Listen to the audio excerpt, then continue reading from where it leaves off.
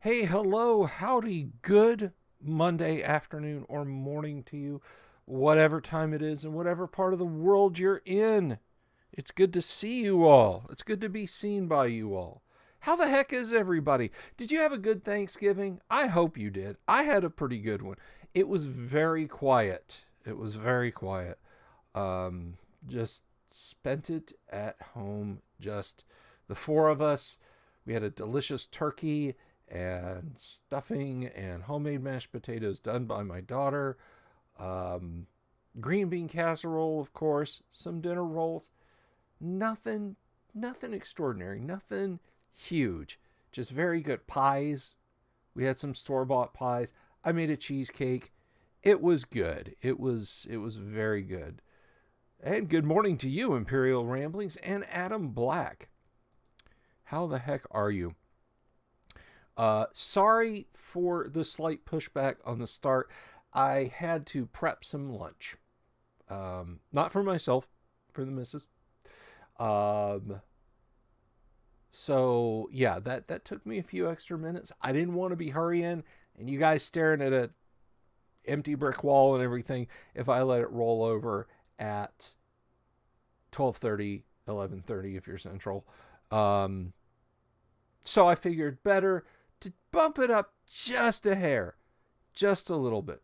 Now, um, we are officially in the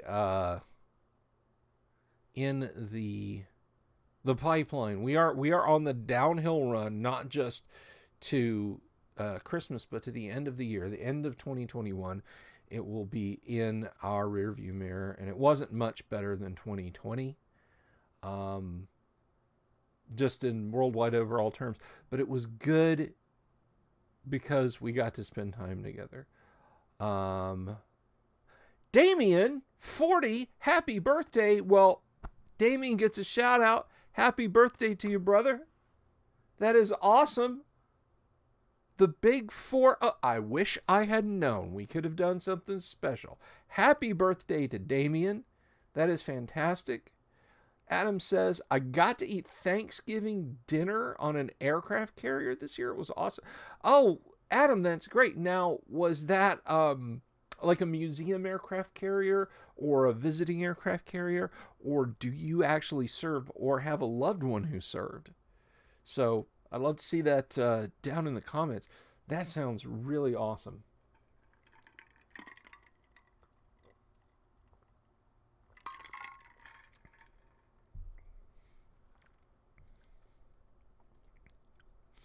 So that is really cool.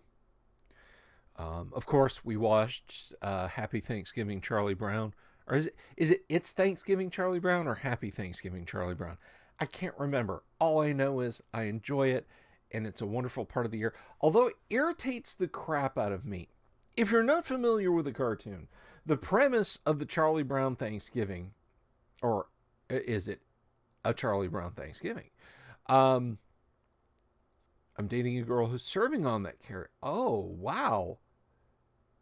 Wow, that's very cool. So, Adam, I'm going to let you put in the comments while I run my mouth. I want you to tell us how the grub was. Um, I would have had you on the show to talk about that. That is really great. But the premise is Charlie Brown is going to go to his grandparents' house for Thanksgiving. And he gets a call early in the morning, on Thanksgiving Day no less, from Peppermint Patty. And she calls and says, yeah, my dad is going to be out of town. We have to presume that she is child of a single father. And he said it was okay if I went over to your house for Thanksgiving. So she, Peppermint Patty, invites herself, then invites Marcy, then invites Franklin. So she basically invites herself included, her triad of friends to Charlie Brown's house. Just says, yeah, you guys are all coming. Um, And I mean, the Peanuts characters are like, I mean, what do you figure? They're 10, 12 years old at most. And Charlie Brown, hello, Ricky. How are you? Charlie Brown tells Linus, I don't know how to cook.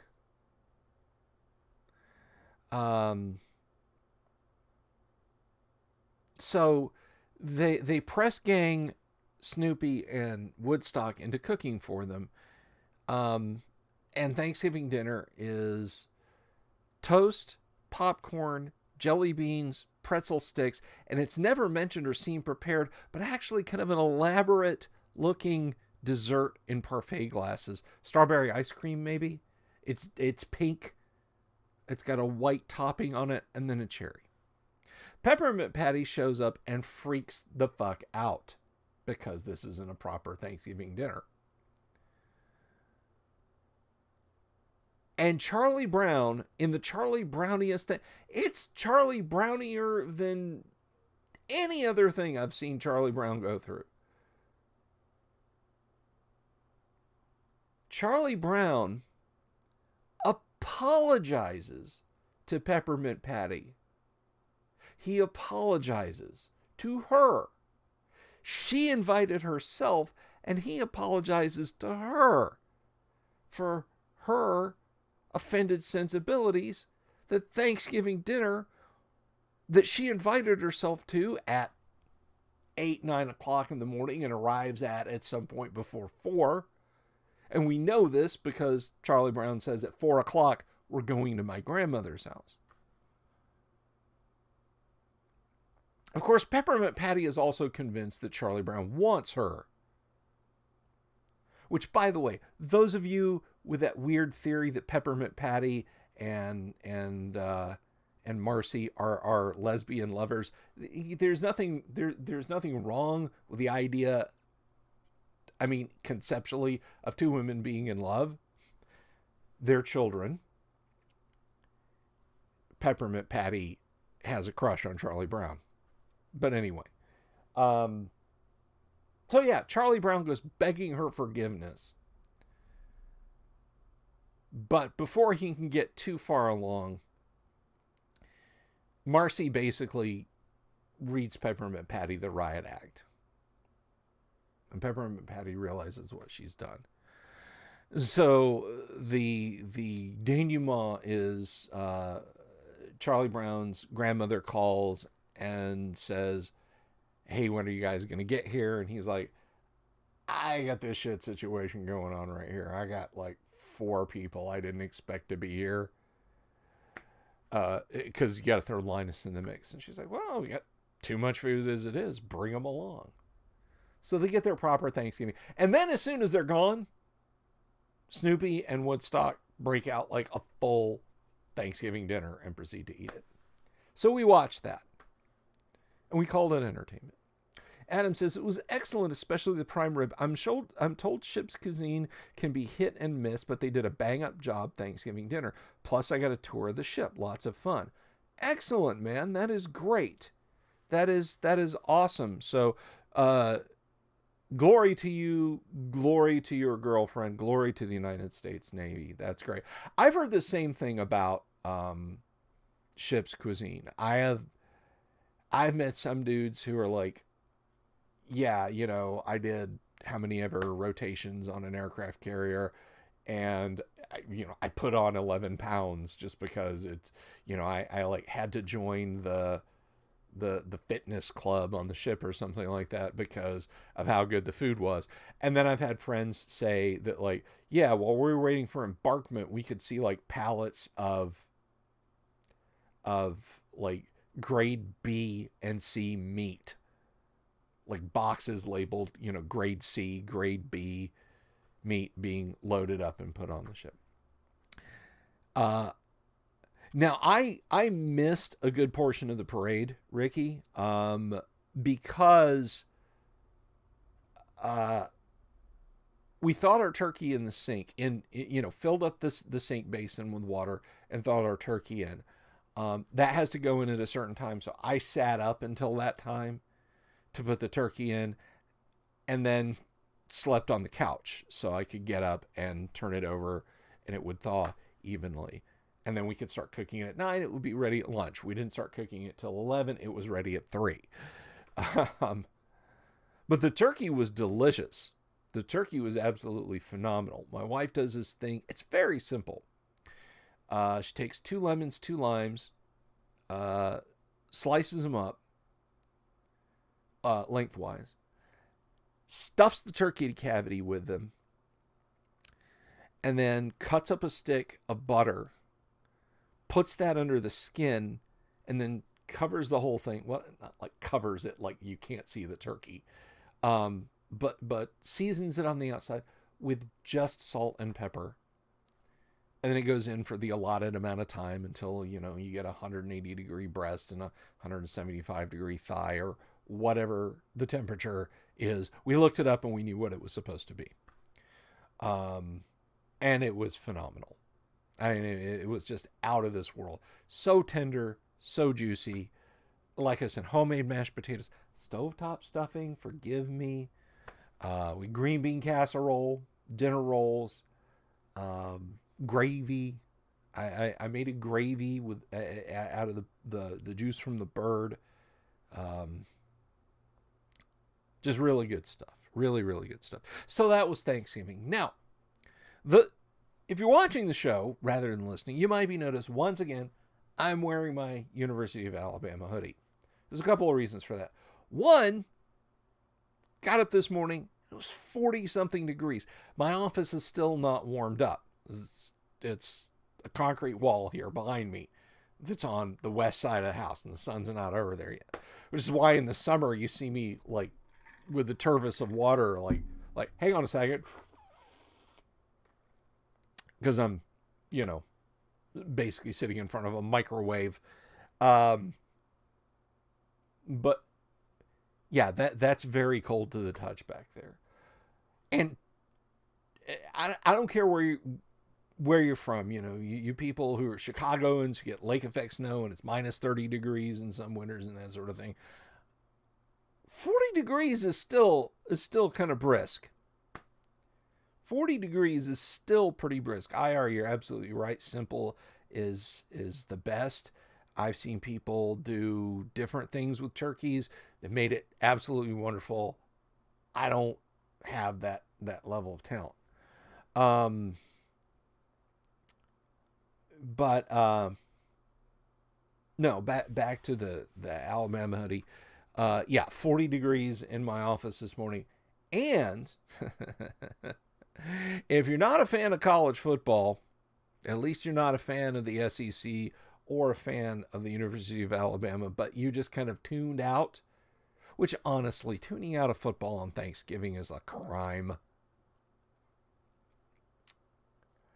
My school that I'm the biggest fan of, University of Alabama, won in 4 overtimes against their state rival, Auburn University. So it was a glorious time. So I'm not just keeping warm, I'm celebrating that. So roll Tide.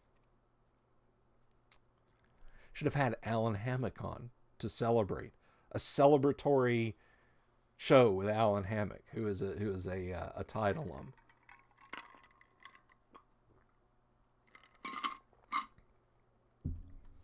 But let's move on. Ricky says, I never tune in. Now, I understand. It's not everybody's bag, baby. Let us move on. Let's see. What else is there? Oh, right. So here's an interesting thing to kind of change gears a little bit. I saw this pop up briefly out on the socials, and I thought it was interesting, and I am providing this without any serious commentary from myself, because I know some of you guys, like IR, his user handle should tell you he's a Warhammer guy. I have gushed about Space Hulk. I'm not a Warhammer guy, but I do love Space Hulk, and I know a lot about Warhammer lore.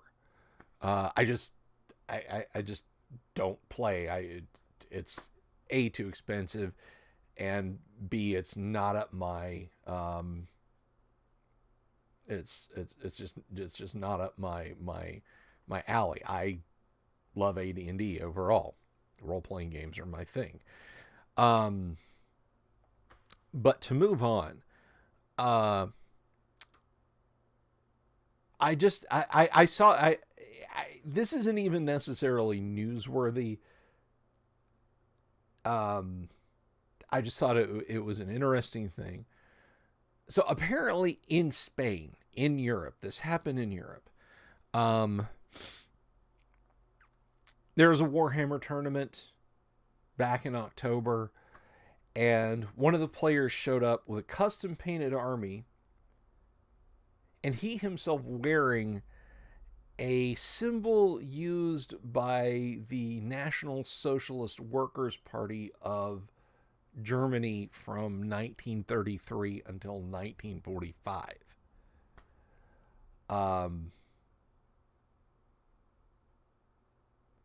And this, for obvious reasons, upset a lot of people. Adam says, the old Warhammer 40K pencil art from the late 80s. Yes, it was. Yes, it was. I mean, some of it was like, Whiskey Tango Foxtrot, but some of it was just amazing. Like the original cover art for Realms of Chaos, or the cover art for the for Rogue Trader. Just great stuff. Anyway, to move on. Let us move on. To go back to what I was discussing. This is a prime example, and I'm just going to say this. I've never encountered at my table, whether I was at an event, invited people that I didn't know 100% here to my house, or went to someone else's house, or went to someone else's event. As a player or DM, I have never encountered a dyed-in-the-wool inveterate person of that bent. And if somebody showed up at my table and said, this is my paladin named Schickelsgruber, and had that regalia and insignia painted on the miniature, and they were wearing something like that, I'd be like, look, get it away from my table. Get it away from my table. You might say, Bill, don't you believe in freedom of expression? I also believe in freedom of association.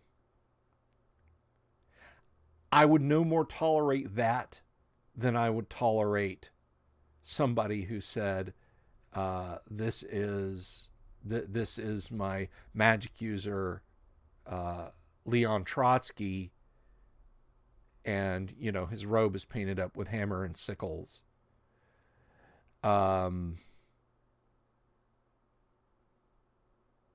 Because for the same reasons, or the Chinese star, or whatever.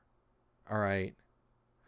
The form of government in Germany, I don't even know if I can say the name without, I mean, I'm a tiny channel. YouTube could pop me and I'd vanish, right? I'm a little tiny soap bubble in a great, huge ocean.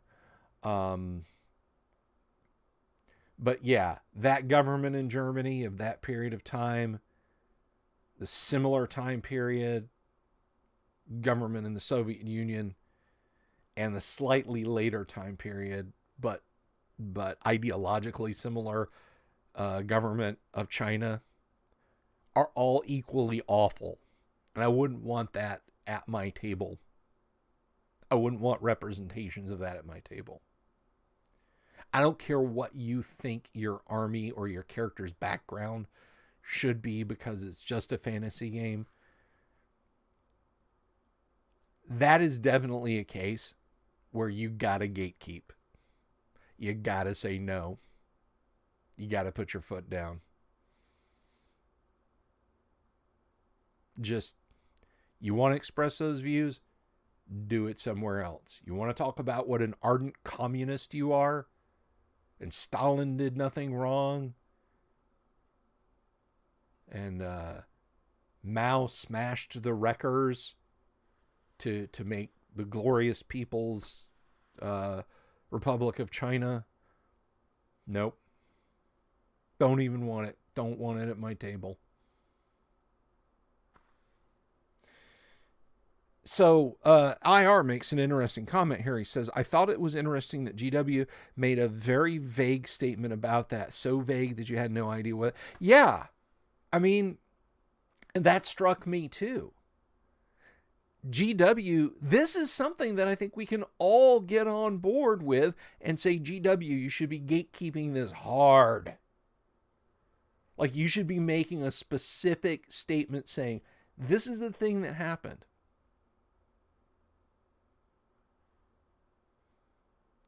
See, that goes back to what I have said, guys. There's just no place for it at any table, any kind of ideological promotion. That's not what you're here for. That shouldn't be what you're here for. That dude who lovingly painted up his army like that, he was there for one thing, to be a disruptive asshole. He knew what that would do. He knew what wearing clothes like that would be like. This wasn't like, one of my tanks has a Balkan cruise on it, which, in case you're wondering, if you've ever seen a World War II movie, or even just in history, of course, we know the Crooked Cross. But the Balkan cruise is the black. It looks like a Red Cross symbol, but it's black. And oftentimes it's offset. It's got like a white offset to it. Just Google it. You're on the internet right now. You can look it up. But there was no call. There was no reason for that. And you can't, like, I've been to historical miniatures gaming events. All right.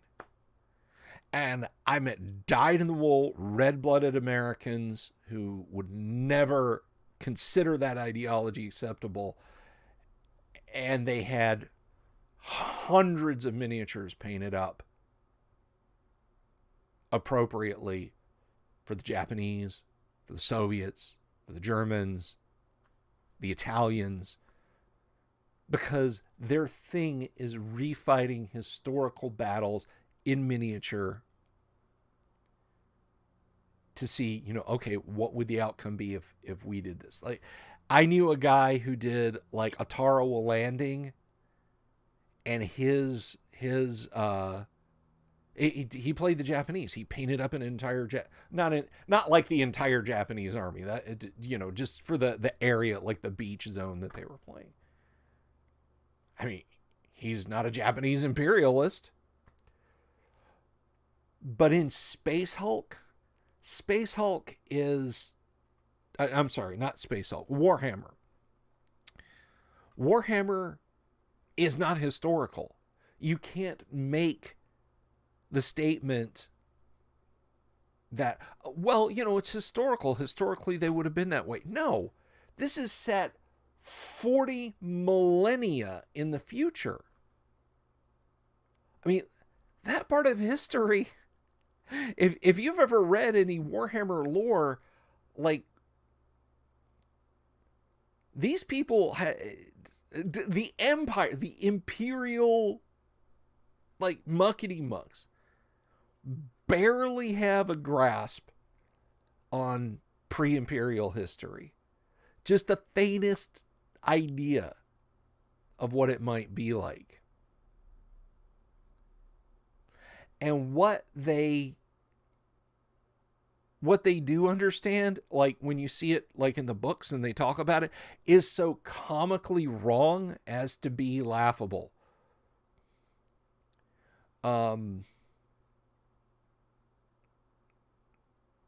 So you couldn't even make the case, well, they read history books and they decided they wanted to adopt this.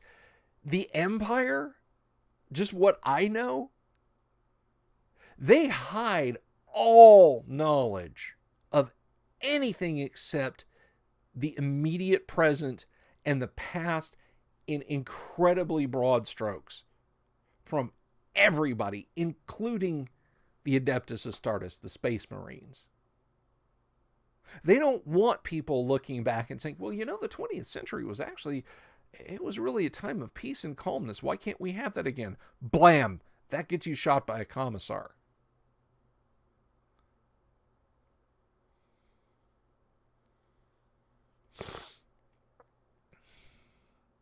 Couple of comments in the YouTube stream here. And I'm not mad. I'm not about to lose my temper.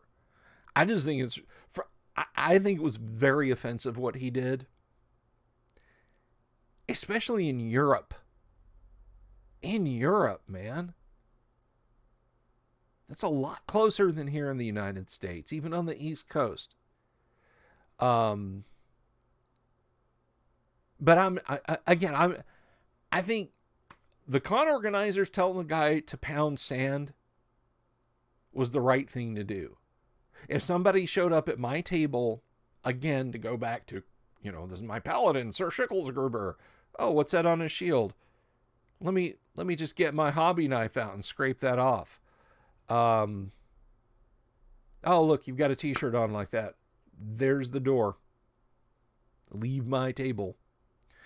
But GW not just coming out and say, it's just kind of a vague, well, we don't like any hateful rhetoric and we're an all-inclusive hobby kind of thing, so don't do that, I guess. Come on, guys. Ricky says there's a time and a place for everything. Sometimes that time and place is in the trash, and that time is in the trash. And one more time, that place is in the trash, and that time is in the past. Yes, that is correct. IR says, for those that don't know, there are no good guys in Warhammer 40k. That's absolutely correct. That's absolutely correct. Let me lay a little 40k lore on you.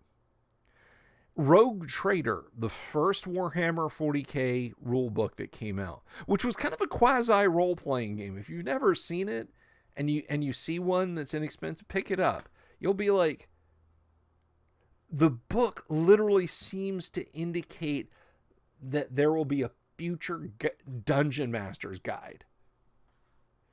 Rogue Trader feels like a player's handbook, just waiting on a Dungeon Master's guide. Somebody cue up the Jerry Rafferty Baker Street music, please. I just lost a studio light.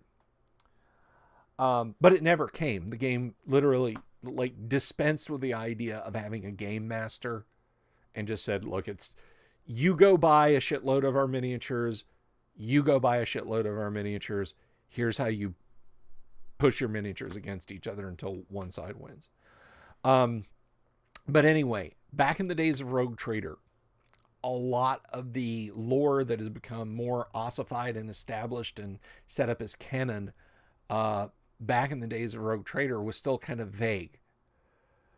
And one of the earliest things that they said was, the Emperor of Mankind has been the Emperor of Mankind for 10,000 years, and he's kept alive in a state of undeath like a lich from AD&D.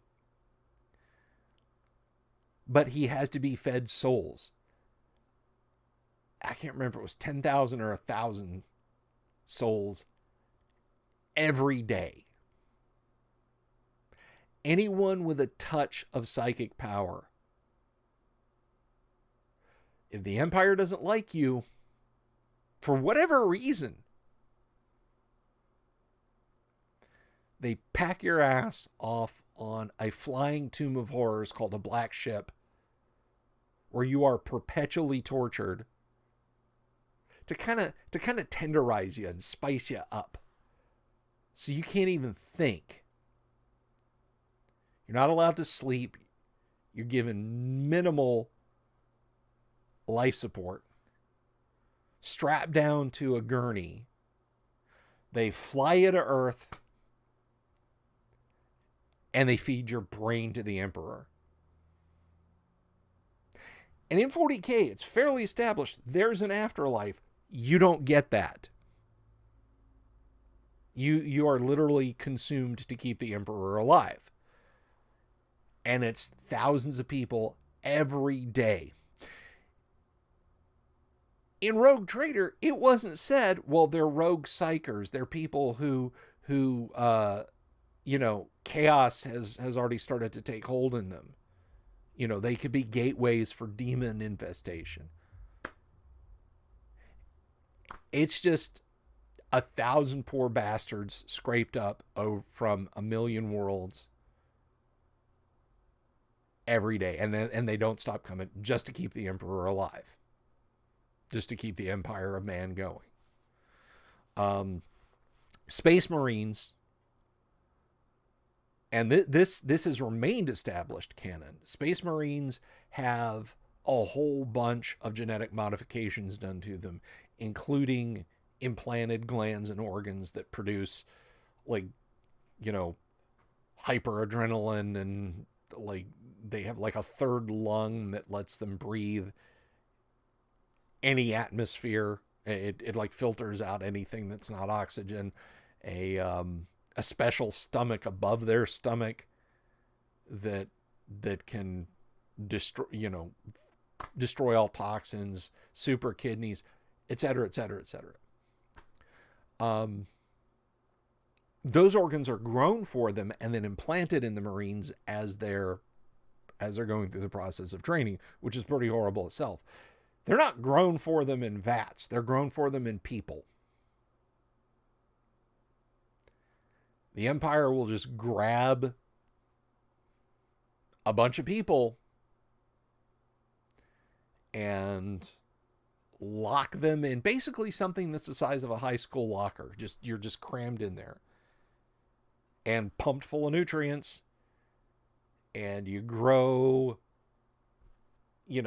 a second heart, super kidneys, an extra lung, whatever they need. They suck it out of you, stitch you up, pump you full of drugs, and just drugs to regenerate. They don't bother with pain medications or anything like that. Just enough to stop you from going into shock and dying. And then they shove your locker off in the corner till you regrow whatever it is the next Space Marine needs. Those are the good guys. That's the humanity fuck yeah of Warhammer 40K. There are no good guys in Warhammer. So that's kind of the background that IR is talking about there.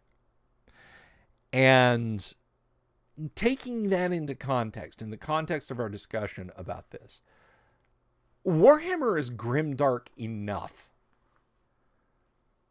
The Empire does things on a scale that the previous dictators and countries that I mentioned, in their wildest, most drug-fueled imaginations or imaginings, could not envision. 80 million dead during World War II, I think was 60 million or 80 million or something like that.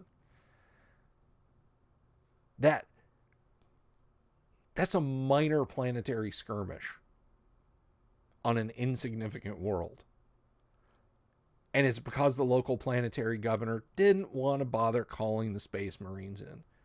And the Empire didn't want to bother sending Imperial Guard in. So that's just PDF. That's just planetary defense putting down a rebellion. 60, 80 million people might die. As long as it doesn't impact production of weapons or anything like that.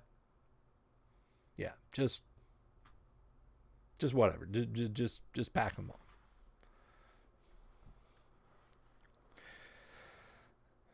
And then when you start talking, thank you, Halsey, 80 million. When you start talking about, and happy post-Thanksgiving to you, Halsey. Good to see you again, my friend.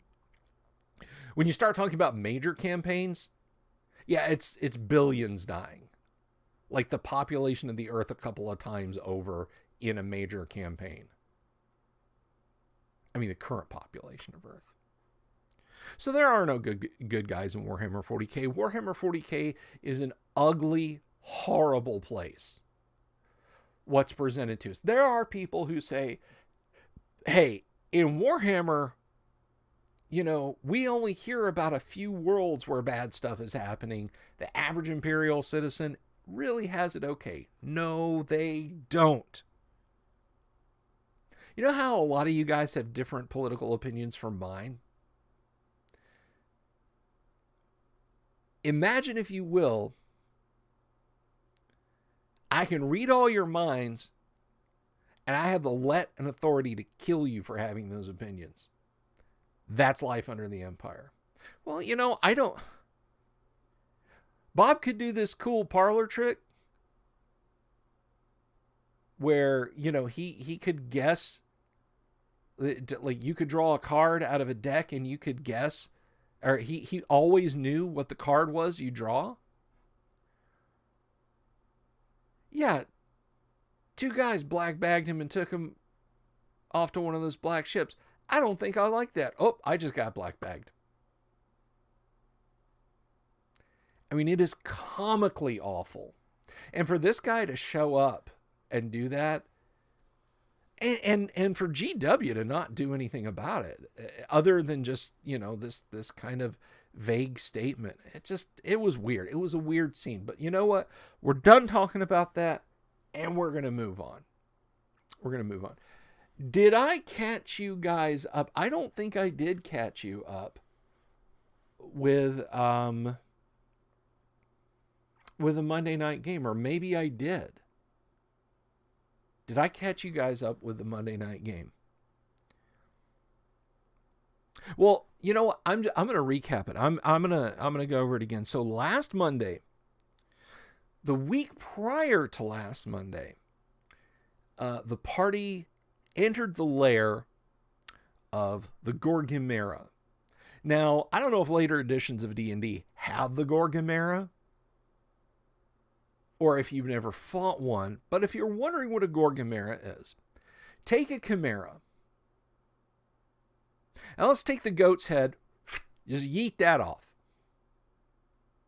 Instead, let's stick on a Gorgon.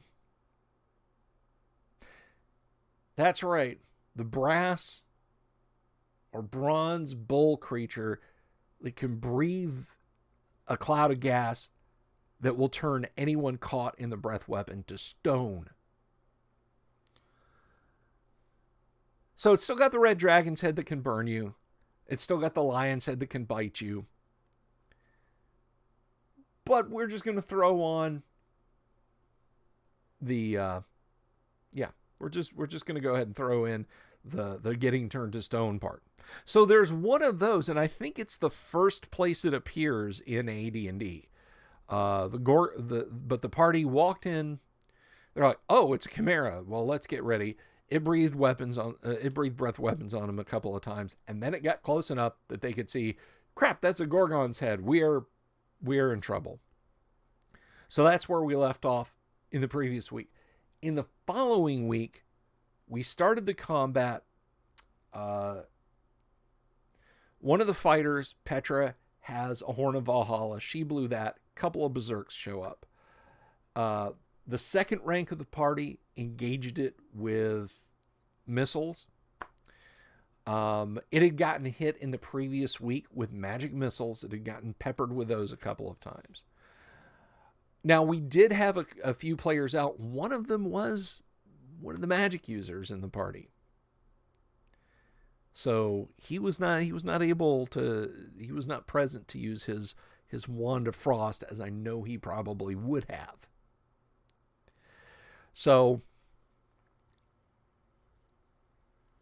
as I said, the Gorgimera breathed on them, and my placement of the Gorgimera left it far enough back that it was not able to breathe in one round. So it moved up. Tracy's thief, Kane, used his Ring of Invisibility and started moving up the flank. Because what he was going to do was use his boots of striding and springing to leap onto the creature's back and backstab it. He didn't have the boots of striding and springing, but once upon a time he got a backstab on a chimera in one of my games and killed it outright. That, if you've seen that picture he shared with us, Kane fighting the chimera, that's what that's from. So,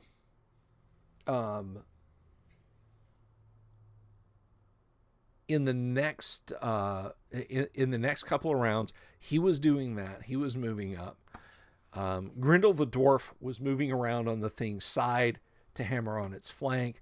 The bard was playing a song of hate to give the party a +1 to hit. I believe a prayer spell was in effect. I could be wrong about that. It might have been bless. Fortunately, there was an NPC paladin, Jane the demon paladin. That's a long story, and if you haven't heard that one, I'll tell you that one another time. So the party bolstered up. The chimera moved forward, breathed its breath. Everybody made their save except for a 7th level NPC fighter with the party. He's really the captain of the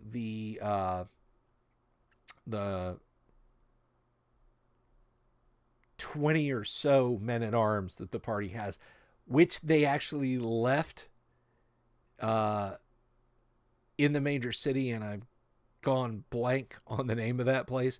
But they basically said, look, you guys are going to furlough here, and then we'll come back for you.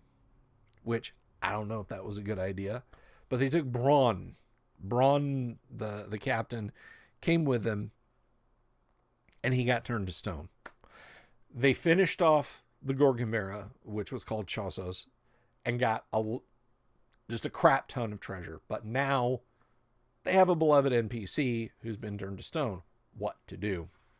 And no, none of the magic users have stone to flesh. So there was kind of some back and forth about what to do, about how to carry a now like 800-pound statue out of the dungeon without breaking any of it. And they were certainly not going to leave it there. And then what to do once they got it out. One of the interesting things, I was kind of surprised that they thought of this. In S4, there's a group of creatures called Peck. And the Peck are like ripped, skinny gnomes. Well, the Peck are off doing some mining in one part of the cave. And the party had met them and chit-chatted with them and, you know, hey, we're just digging a tunnel. You know, we entered this place and we're digging upwards towards, we know somewhere in the mountain above us is a big hollow gallery that we're going to expand out and make into our lair, for lack of a better term. So the party basically ended up using Tensor's floating disc and a rope of climbing. And it's not so much just getting out of the dungeon. They were on the far side of an underground river that they had to figure out how to get him over. One of the interesting aspects of Lost Caverns of Sojkonth is it specifically says don't check for wandering monsters unless the party's near an encounter area. Then a wandering monster indicates that the creature nearby comes looking for what is making all the racket.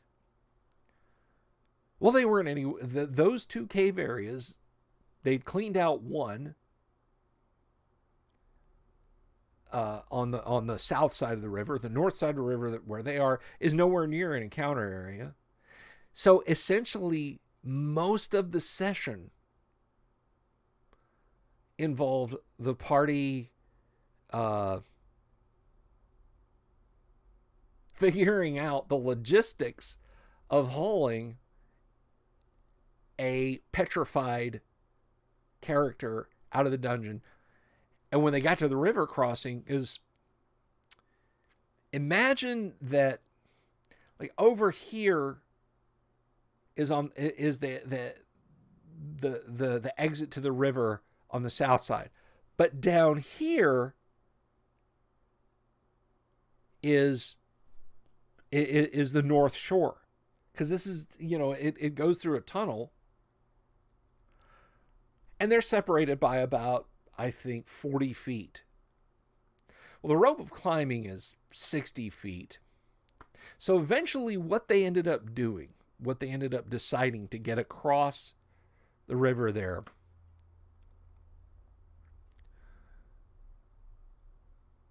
was to have the magic user bring the statue across. They ordered the rope of climbing to go across because they'd driven a python in when they'd crossed from south to north. They ordered the rope of climbing to go and tie itself off. They had enough slack that the magic user was able to, by dint of using Tensor's floating disc, come over to the cliffside under where they had to go, and then slowly move upward, bringing the disc with him, and then getting it down off the cliff inside that cave to the floor, and then transport him out. Multiple castings of Tensor's floating disc were required here, but they did it, and I salute them. Well, once they got to the entrance gallery, Mark, I believe, plays Grindel. Sometimes he pops in the chat. If you're listening, Mark, good morning to you. Mark suggested, why don't we ask those weird gnome dudes if they can help with this? I don't know if Mark has read S4. He's cheated a little bit. I don't know. I'm not suggesting that, Mark. But maybe, just maybe you read it before. So he says, why don't we ask those creatures if they can help? So Aurora has her character Petra, as she has a vested interest in the health and safety of Braun, even though he's an NPC. She goes and asks, and they're like, oh, sure. Yeah, we can help you out with that. No problem. So here come the pack, and they are able to collectively cast a transmute stoned flesh spell on Braun and bring him back. So they slew the Gorgamera. They got all the Gorgamera's loot. They safely got a petrified character back. They only got one character petrified in the process. That's it. That both amuses and infuriates me. Only one character in the process. And then they had the pack bring him back from being turned to stone. And that took up so much time that at that point, I believe we were at the crossroads, and we elected to call it for the evening. This is like 12:50 or something, and we didn't have. We usually take a break of a few minutes mid-game, which we don't do in the Tuesday game, which is coming tomorrow, by the way. If you want to watch some live streamed AD&D, that's happening tomorrow. We don't do that just because we're gaming for an hour. This is a 3-hour game, and we usually break in the middle. We didn't. So we ended 10 minutes early. Now, I would like that game to go like 4 hours, but I get that my group doesn't want to start then. I would love it if that was a 4-hour game and we could play longer. Maybe in the new year. And speaking of live stream games, I'm going to throw this out here for you guys. Kind of one of a few things in conclusion. Starting next year on Friday afternoon, well, Friday midday, I should say. 12:30 is technically afternoon, but you get what I'm saying. I will be live streaming Gamma World First Edition. That's right. First Edition 1E Gamma World. We'll be playing. I need some volunteers. I got a couple of people interested and ready to play already. I say midday. No. I'm sorry. Let me back up. It will be in the evenings. Yang, if you're listening, you're like, oh my God, no, it's he said it's going to be evening. It is going to be in the evenings. We're probably going to start 9:30 Eastern Standard, and we may play for a couple of hours. So if that sounds like something you'd like to do, I do require at the very least that you have a voice connection and a pretty avatar. But if you want to be on camera, that's fine too. And that'll be coming in the new year. Gamma World 1E Friday evenings will be the live stream in the new year. Now I want to take a look at something before I go off on this, and then we're gonna wrap up with some let's see. So currently, and I'm very happy about this, the channel has 815 subscribers. We are 185 short of the mini convention. The Great Underground Mini Convention is coming. What is it? When we hit 1,000 subs on this channel, to celebrate that, I am going to have an online convention, which I've decided will be called the Great Underground Virtual Gaming Con. The Great Underground Virtual Gaming Con will be myself and some other folks running games for you online in time slots. If you've done a virtual con before, it's just like that. If you haven't done a virtual con before, it's almost exactly like a real con, except you'll just log into Discord and play these games. They won't be live streamed on the show because the con, A, will be over a weekend, and B, that would just be nuts and impossible to do with multiple game masters and, so on and etc. But we're going to play some OD&D, some AD&D, some Gamma World, some Twilight 2000, some Tales from the Loop, maybe some Fight in the Skies, maybe some Dungeon, maybe some Hero Quest. I don't know. There'll be lots of games to play. I'll be running some games. Kyle's going to run some games. And speaking of Kyle, that dovetails nicely.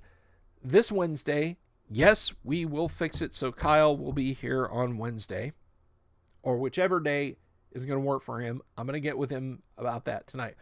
Hopefully, Kyle will talk to us about his latest purchase. Kyle has picked up the Morrow Project, and my brain kept wanting to say Morrowind. No, the Morrow Project. If you're not familiar with the Morrow Project, it is a healthy heaping dose of Twilight 2000 and Aftermath and Gamma World, all kind of rolled up into some goodness. But it predates two of those, Aftermath and Twilight 2000. So hopefully Kyle can do a bit of reading and kind of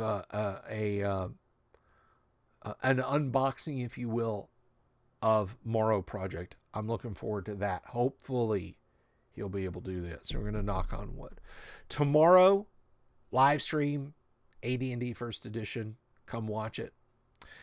And then, of course, we have our Thursday recap of tonight's First Edition AD&D game. We're going to pick up where the party dealt with the Pick-to-Pack-a-Pecks and further adventures in the Lost Caverns of Soj-Conth.